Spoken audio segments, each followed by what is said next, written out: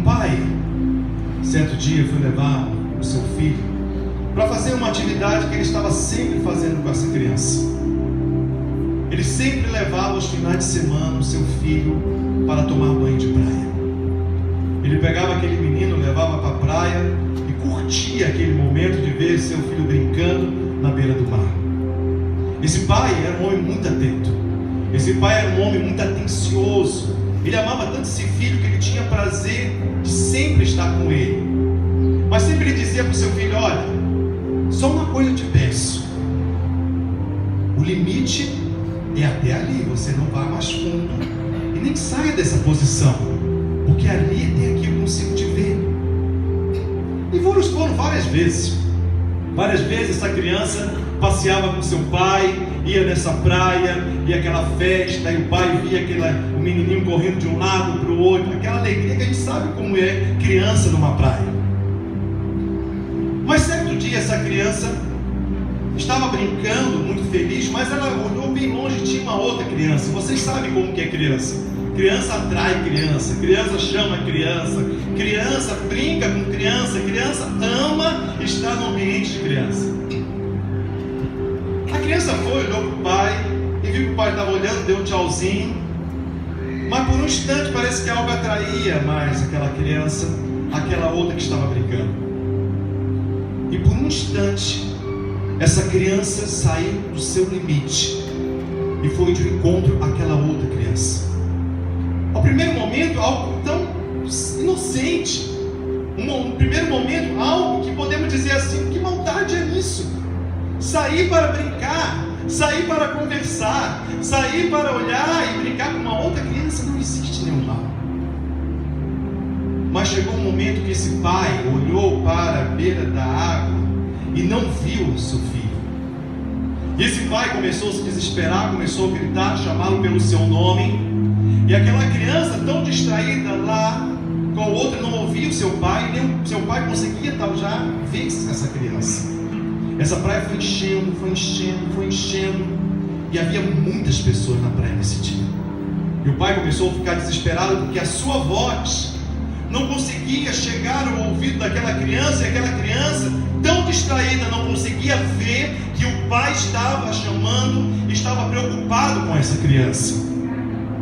Essa criança por um instante para e percebe que ela está muito distante. E num ato de desespero ela começa a andar para um lado, para o outro, lá com o seu amiguinho, e começa a gritar pelo pai, e esse pai não consegue ouvir essa criança gritando, e o pai está lá desesperado na beira daquela praia, chorando. Onde está o meu filho? E por um instante aquela criança se vê ao redor de pessoas estranhas. Ela se vê em situação de perigo. E o que fazer naquele momento? Por sorte um homem chegou. Ele era um policial que estava na beira, caminhando no calçadão. E ele na beira do calçadão, ele começou longe a contemplar aquela criancinha andando de um lado para o outro. E ele chegou bem próximo dela, ela assustada porque ela não aceitava ninguém falar com ela, porque ela estava em pânico, porque ela tinha perdido a sua segurança. Ela tinha perdido o seu referencial. Ela tinha perdido quem poderia realmente socorrê-la em todos os momentos, porque ela saiu dos limites de que o pai tinha dito para ela: não passe desse limite. E ela sabia que ela estava em perigo, porque o pai sempre dizia: o limite é até aqui, porque daqui em diante o pai não consegue mais te ver. E ela em pânico no meio daquelas pessoas, aproxima aquele policial. E ela por um instante ela reconhece que talvez a esse homem ela poderia sim estar depositando uma confiança de estar entregando a sua vida naquele momento para cuidar daquele homem. Aquele homem sai com essa criança na beira do calçadão e a praia estava muito cheia. Não havia informação do seu pai, o seu pai não tinha informação dessa criança. E a opção que aquele guarda teve foi o seguinte: olha, nós vamos esperar quantas horas forem necessárias até essas pessoas começarem a ir embora. E talvez o seu pai, você ouvir o seu pai e você ser ouvido por ele. Eu sei que foi diminuindo aquelas pessoas naquela praia. E por um momento, assim de glorioso, de beleza, O pai de longe avista aquela criança nos braços daquele policial, e aquele pai sai correndo, desesperado ao encontro daquela criança. Você pode me perguntar: e agora? Como agir numa situação como essa?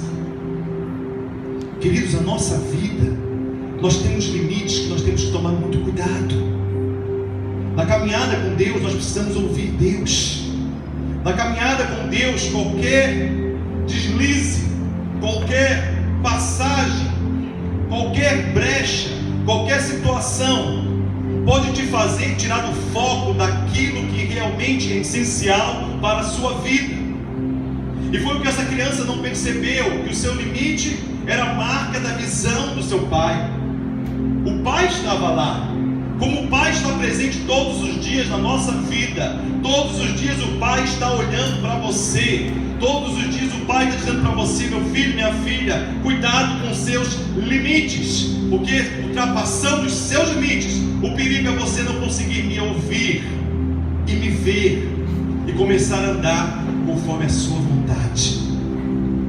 Mas graças a Deus, louvado seja Deus pelo Espírito Santo, não é verdade? Eu dou glórias ao Espírito Santo, como aquele policial que chega na hora certa, que chega no momento certo. Eu quero dizer para você aqui nessa noite, se você está aqui neste lugar nessa noite, é porque o Espírito Santo te trouxe aqui neste lugar para falar contigo, que Ele quer que você esteja atento à voz dEle, porque o que é essencial para a sua vida aqui hoje não é um milagre, não é a presença de um pastor, não é de um louvor lindo, belo e formoso, uma igreja formosa. O que você precisa é do Espírito Santo de Deus na sua vida. Quantos podem dar glória a Deus por isso? Nós sempre estamos correndo perigos. O perigo de andar na nossa vontade e ultrapassarmos os limites. Sabe por que o diabo quer que você não ouça, que você passe os limites? Porque ele sabe o potencial que é você nas mãos de Deus. Deus quer usar a sua vida. Nesses dias nós temos vivido um tempo extraordinário nessa igreja, onde temos visto coisas tremendas acontecer. Temos visto um despertamento espiritual muito grande. Mas o que eu quero chamar a atenção nessa noite, quando encerramos o mês de abril, temos chamado, uma missão, uma igreja. O diabo sabe o potencial que é a sua vida, e ele sabe que no momento que você se posiciona, que você se levanta, Deus vai te usar poderosamente para a glória dele. Deus tem um projeto para a sua vida, e Ele não vai desistir de gritar, de chamar: venha aonde você está. Ele está sempre te procurando, porque o desejo e o prazer de Deus é te ver sendo usado poderosamente na mão dele. Eu acho lindo o texto de Joel, capítulo 2, 28. Diz que nos últimos dias Ele derramaria do seu espírito sobre toda a carne. Vossos filhos e vossas filhas, o quê? Profetizarão. Vossos velhos terão sonhos, e os vossos jovens terão visões. Diga assim comigo: velhos, sonhos, jovens, visões. Querido Deus, o que Deus está fazendo aqui nesse dia, o que Deus está fazendo nessa igreja, é levantando toda uma geração. Muitas vezes nós falamos assim: Deus está levantando esses jovens porque essa é a geração deles. Não, essa geração é a minha geração, é dessa senhorinha que está aqui na minha frente, é daquela criança que está naquela sala. Essa é a geração. É a geração dos que sonham, é a geração dos que têm visão, é a geração daqueles que profetizam no Senhor. Essa é a geração, esse é o tempo. Por isso nós não podemos nos arriscar a sair dos limites que Deus tem nos colocado. É extraordinário quando nós estamos no centro da vontade de Deus, o que Deus faz conosco. Mas ao mesmo tempo é tão triste em ver quando nós estamos fora do centro da vontade de Deus, o quanto nós ficamos perdidos nas situações. Você e eu precisamos ouvir o chamado de Deus. Deus tem um chamado para a sua vida. Você crê nisso? Deus tem te chamado para se aproximar dele, para buscá-lo, para ouvir a voz dele. Essa semana eu estava rascunhando o que eu deveria ministrar aqui nessa noite. A palavra que eu estaria trazendo era sobre a geração de Moisés, a geração de Josué, e fazemos um paralelo e descobrimos o que nela nós encontramos de chamado, missão e igreja. Mas essa semana eu tive um momento muito especial com Deus, uma manhã, e até compartilhei um áudio com toda a igreja. E Deus começou a falar comigo através da vida de Neemias. E por isso eu vou ter que ministrar sobre Neemias, porque entre uma palavra escrita, rascunhada, e um texto brotando no coração, pegando fogo aqui dentro de nós, eu vou para aquilo que pega fogo, não é verdade, gente? É melhor pegar fogo do que ficar com papel lendo, né? Tentando escrever alguma coisa. E o que pegou fogo no meu coração vai pegar fogo no teu coração nessa noite. Você pode dar glória a Deus? Você crê nisso? Eu creio que algo está queimando meu coração. Eu creio que tem algo queimando sobre essa geração aqui nessa noite. Eu creio que algo está explodindo no teu coração tão desejoso, tão desejoso. Sabe por quê? Porque Deus tem encontrado a sua vida e você tem encontrado Deus. Neemias estava vivendo um tempo especial. Eu não vou abrir a Bíblia e ler todo o texto, que é muito longo. Ele estava vivendo no palácio, e ali naquele palácio com Artaxerxes, ele tinha toda a mordomia, ele era copeiro do rei. Mas no capítulo 1 fala algo que eu gostaria que você prestasse atenção, de que quando uma pessoa que ouve o chamado e a voz de Deus tem a mesma percepção que Neemias teve. Neemias se encontrou com seu irmão, e o seu irmão traz notícias de como estava Judá e Jerusalém. Ele chega e conta para Neemias assim: olha, os muros estão cheios de brechas, as portas estão todas queimadas, é um monte de pó e de pedras naquele lugar. O que você pensa quando você escuta algo como essa mensagem? O que você faz quando você escuta uma mensagem, por exemplo, que a sua família não está bem, ou que os seus negócios não estão bem, ou que a sua vida espiritual não está bem? Como que se você reage diante de alguma situação, quando você percebe claramente que algo de mal, algo destrutivo está acontecendo e que nada acontece para mudar aquela situação? Como que você reage? Neemias começou, repete comigo, chorar. Ele começou a chorar. Ele começou a chorar porque ele começou a sentir a dor de que é o seu povo, a sua nação, a sua família, os seus entes queridos que ficaram no cativeiro lá em Jerusalém, estava tudo destruído. Mas eu creio que algo, que aquela mensagem, aquela informação, não foi o irmão de Neemias que deu, foi o próprio Espírito Santo que deu para Neemias.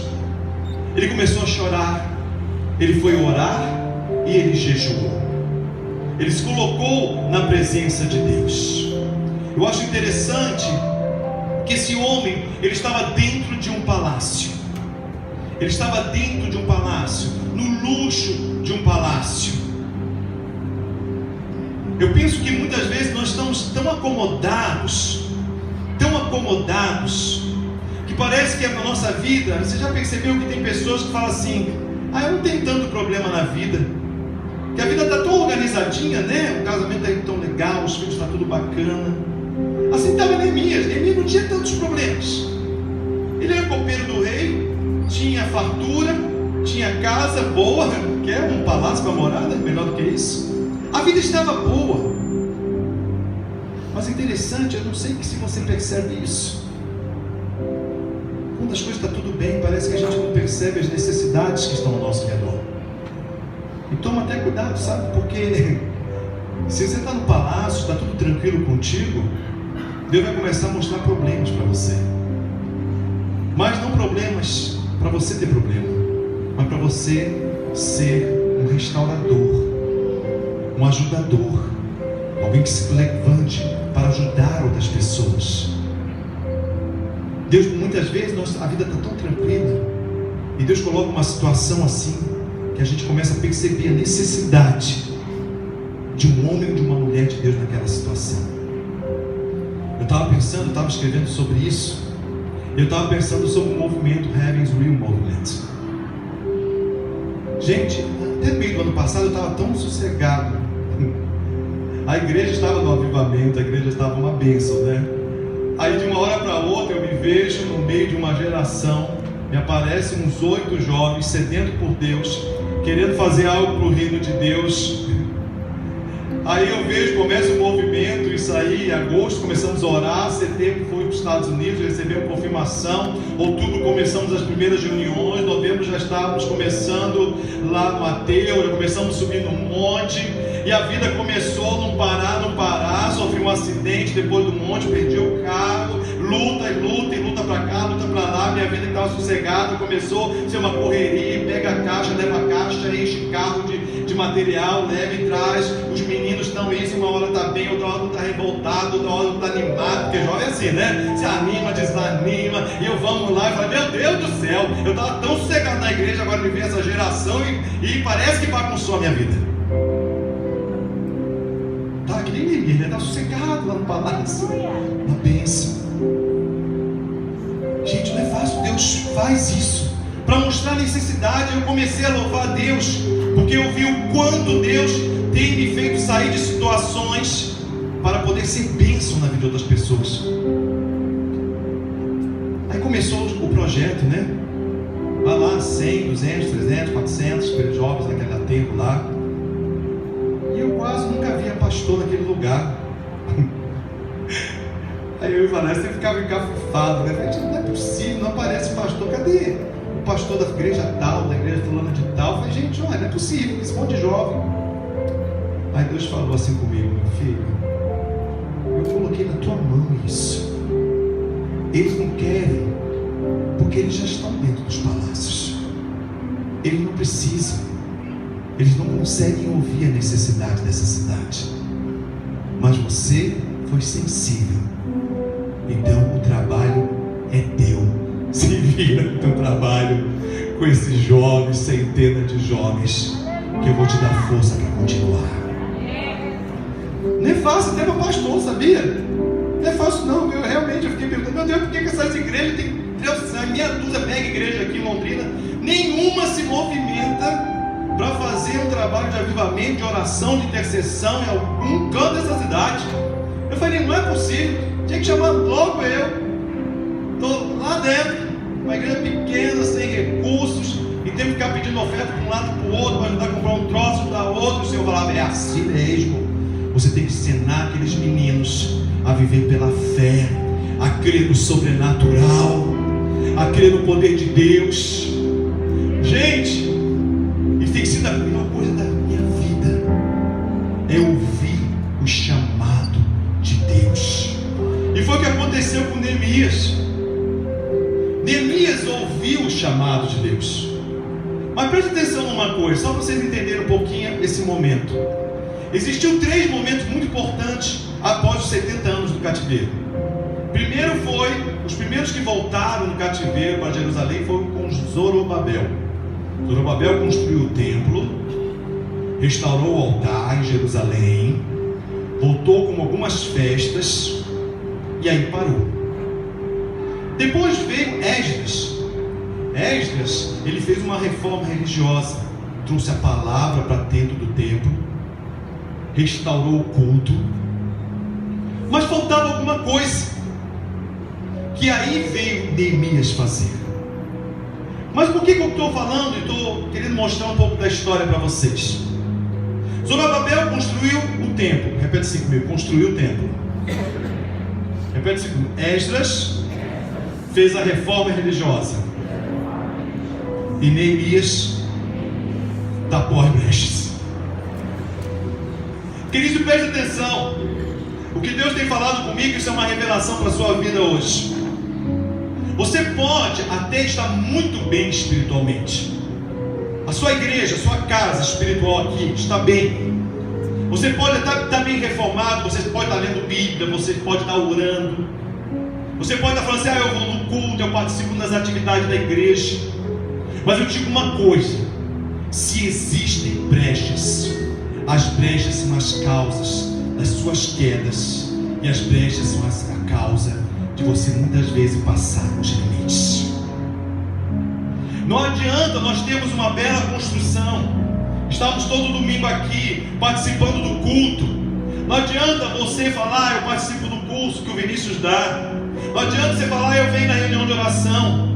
Se existem brechas, as brechas vão tirar uma hora as suas forças. E é isso que Deus estava dizendo para Neemias: Neemias, volta para lá, porque a tua terra está em perigo.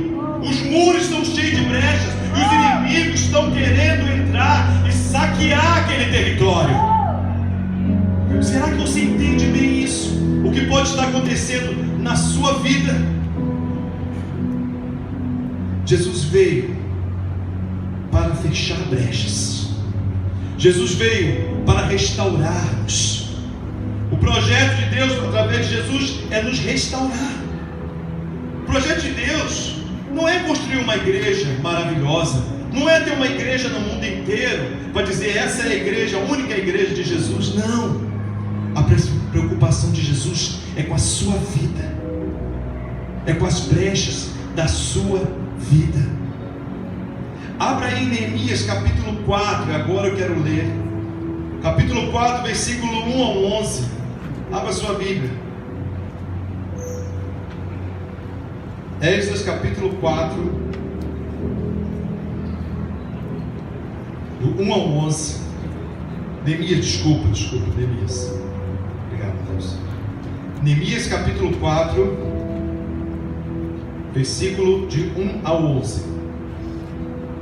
Preste bem atenção nesse texto, porque Deus está falando aqui neste lugar.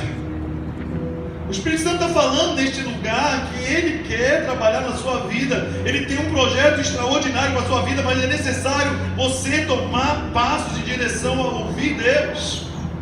Diz assim, Neemias 4, de 1 a 12. Todos abram suas Bíblias. Tendo Sambalá ouvido que edificávamos o muro, ardeu em ira e se dignou muito, escarneceu dos judeus. Então falou na presença dos seus irmãos e do exército de Samaria e disse: que fazem esses fracos judeus? Permitir-se-á a isso? Sacrificarão? Darão cabo da obra num só dia? Renascerão acaso dos montões de pó as pedras que foram queimadas? Estava com ele Tobias, o amonita, e disse: ainda que edifiquem, vindo uma raposa, derribará o seu muro de pedra. Ouve, ó nosso Deus, pois estamos sendo desprezados.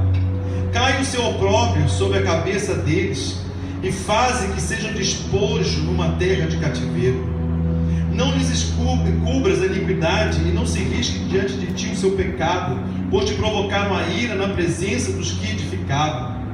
Assim edificamos o muro, e todo o muro, e fechou até a metade da sua altura, porque o povo tinha ânimo para trabalhar.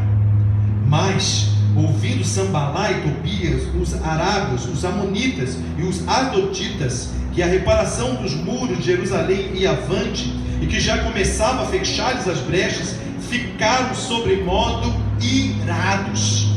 Ajuntaram-se todos de comum acordo para vir atacar Jerusalém e suscitar confusão ali.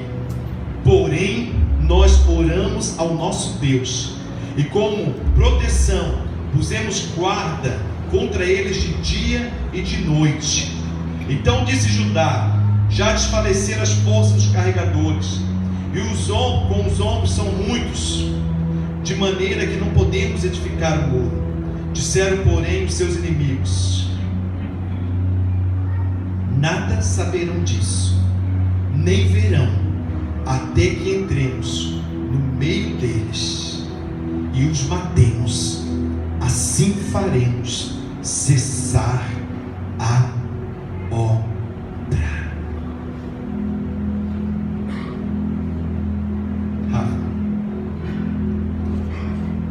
Queridos, a obra foi iniciada. A visão que Neemias tinha era de um templo reconstruído, mas as casas destruída, as ruas destruídas, o muro destruído, cheio de brechas, o muro ainda todo destruído, precisando ser restaurado. Interessante que o texto vai falando do processo da reconstrução, e é tremendo quando ele fala que esse povo veio se juntando, foram construindo até a metade, porque o povo tinha ânimo para trabalhar.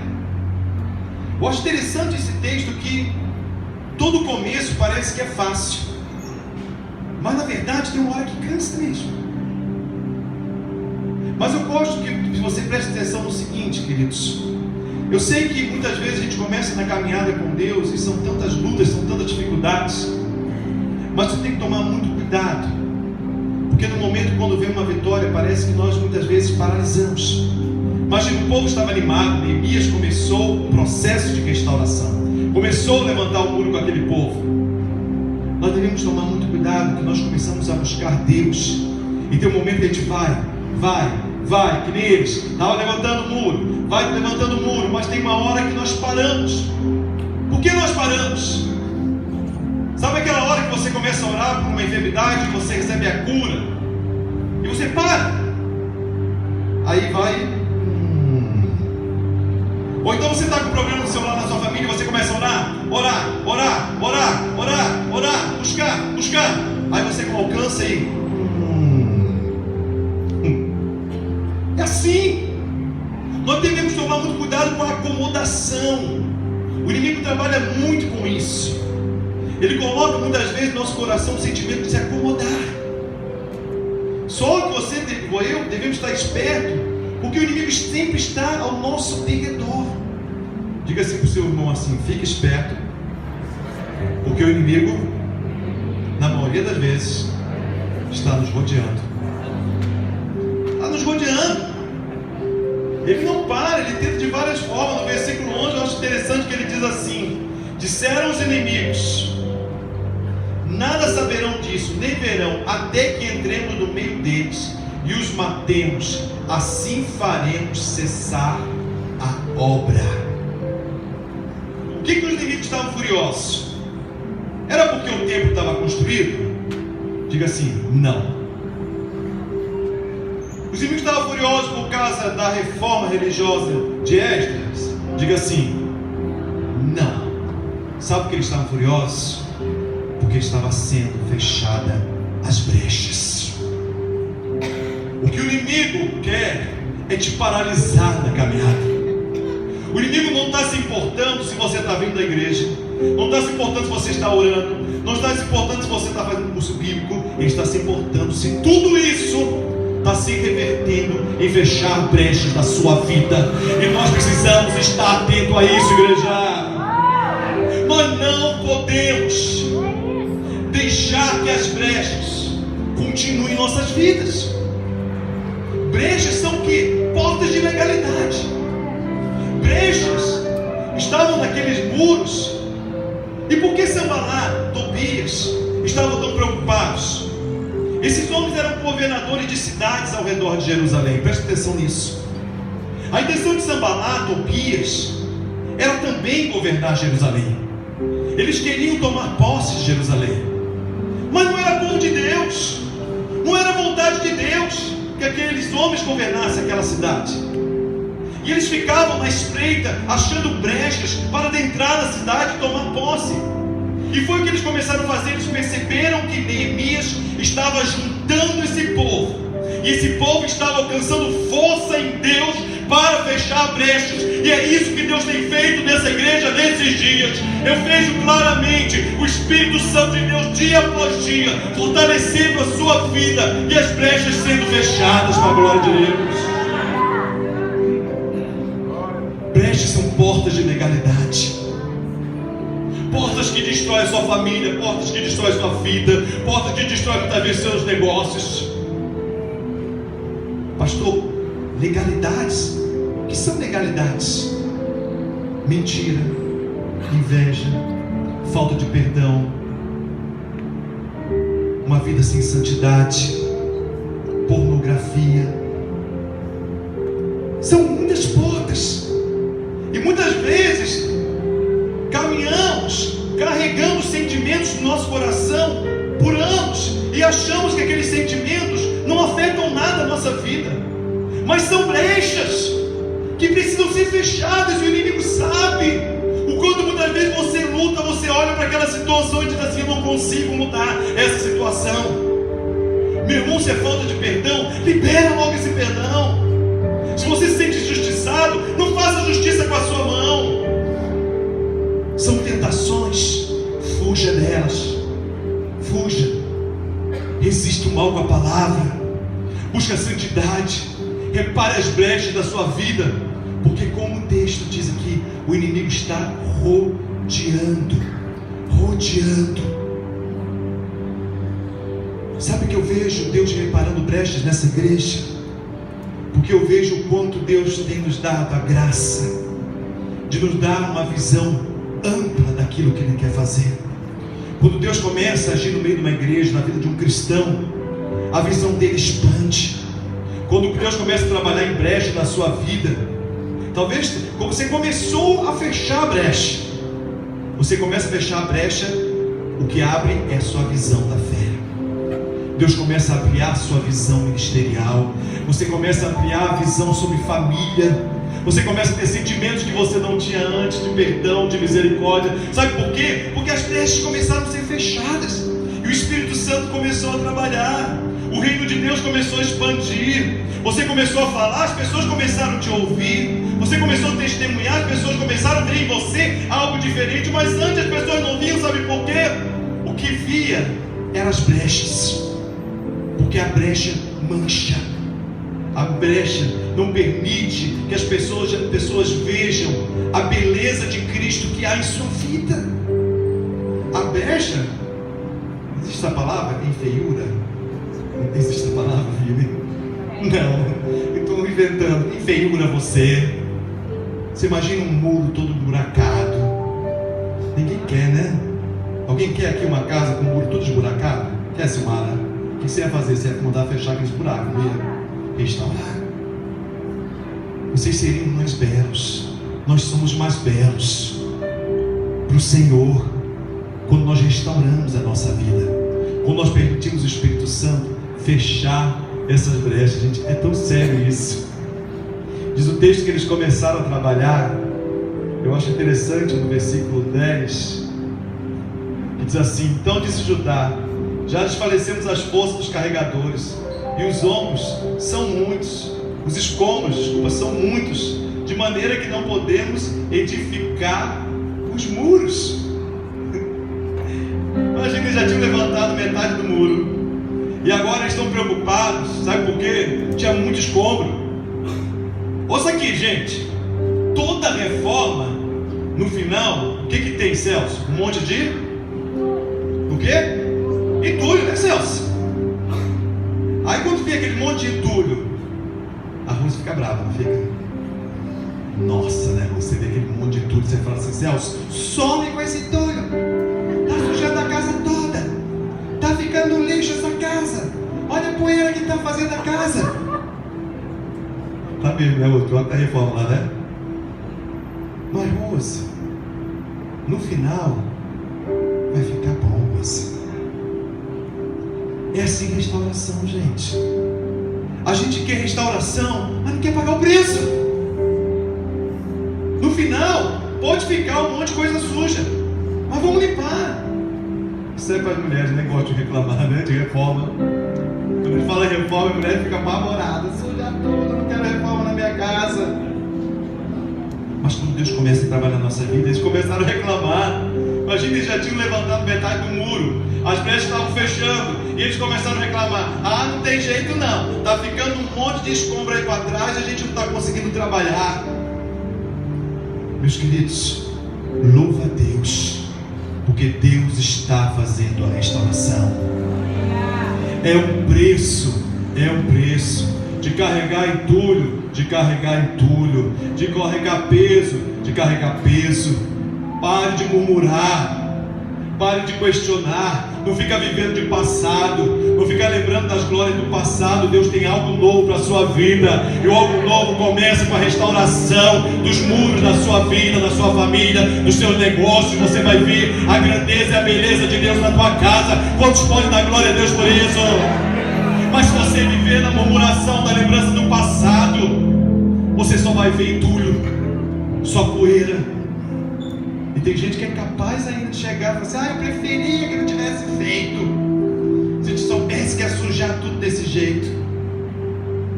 Não, gente. Neemias estava ali orientando esse povo para se levantar. O que Deus tem para a sua vida, o que Deus está dizendo para você aqui nessa noite, preste atenção. Ele está dizendo: avance. Avance na restauração da sua vida. Avance na restauração da sua família. Avance na reparação das brechas da sua vida. Eu não sei quais são as suas brechas, eu sei quais são as minhas. E te digo uma coisa: você pode dizer, mas eu não sei se isso. Você não sabe, mas os inimigos sabem. Sabia que o diabo sabe mais às vezes das suas brechas que você mesmo? Sabe por que ele sabe? Porque ele trabalha em cima dessas brechas dia e noite, para adentrar na sua vida e trazer derrotas em áreas da sua vida. Ele trabalha dia e noite arquitetando. Foi o que aconteceu aqui. Eles não paravam. Eles chegaram ao ponto, quando eles souberam que eles estavam desanimados, cansados dos escombros, eles disseram a seus inimigos: nada saberão, nem verão, até que entremos no meio deles e os matemos. Assim faremos cessar a obra. O espírito de Sambalá é o espírito de paralisação.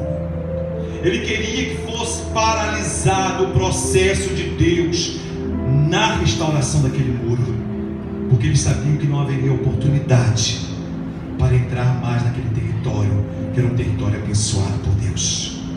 A sua vida já é uma bênção de Deus, a sua família já é uma bênção de Deus, o seu negócio já é uma bênção de Deus, você é uma bênção de Deus.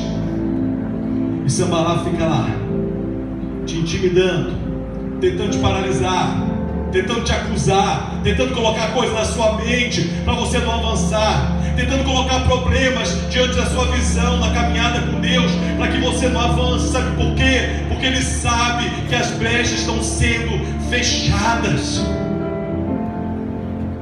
Mas faça o que Neemias fez. Olha o que ele fez. Versículo 13, abra aí sua Bíblia. Olha o que ele fez com esse povo. Ele viu que as coisas estavam difíceis. Versículo 13 em diante. Disse assim, 13, Neemias 4:13.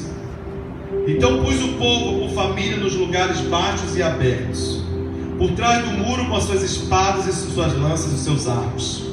Inspecionei, dispus-me e disse aos nobres, aos magistrados e ao resto do povo: não temais, lembrai-vos do Senhor, grande e temível, e pelejai pelos vossos irmãos, vossos filhos, vossa filha, vossa mulher e vossa causa. E sucedeu que, ouvindo os nossos inimigos, que já sabíamos, e que Deus tinha frustrado o desígnio deles, voltamos todos nós ao muro, cada um à sua obra. Queridos, nessa hora é hora de se levantar como família. O que ele fez? Ele falou assim: olha, vem a família tal, toma aqui espadas e lanças, vai para tal canto do muro. Família tal, pega aqui espadas e lanças, vai para essas partes baixas do muro, perigosas, aonde o inimigo pode entrar. E ele disse: olha, vocês estão fazendo isso, sabe por quê? Por vossa causa, por vossa família, por vossos filhos. Muitas vezes a gente pensa assim: por que Deus quer tanto que eu me santifique? Eu não quero nem mudar minha vida, não quero largar esses hábitos. Faça, sabe por quê? Preste atenção aqui, queridos.